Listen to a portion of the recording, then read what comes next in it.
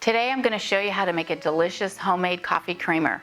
I love making my own coffee creamer because you are in total control of the ingredients, the flavoring, the sweetness. It's awesome and it's so simple. Pronto? Allora andiamo a cucinare.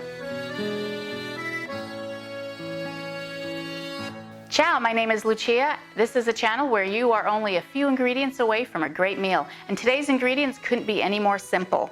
They consist of 2 ingredients to make your own homemade delicious coffee creamer. The first one being half and half.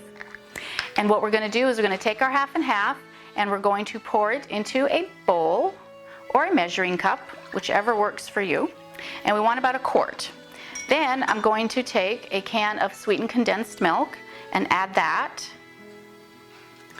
And that's really all there is to making coffee creamer, those 2 ingredients. Now, if you wanted to add some flavor, you can go ahead and add whatever flavoring you like. I happen to like vanilla extract. I hope you do too. I think most people do. So I'm just going to add about a tablespoon of vanilla extract. And then you're just going to whisk all the milk and the sweetened condensed cream and the vanilla extract together. You can add cinnamon, you can add nutmeg, whatever flavoring you like for your coffee is totally fine. And once it becomes all incorporated, we just need to put it in a container that we can refrigerate. And this is why I like using a measuring pitcher, because it's easier to pour. And this will last about a week or 2 weeks in your refrigerator, and it's super delicious. So in the morning, you can pour yourself a nice hot cup of coffee, and then just add however much coffee creamer you'd like.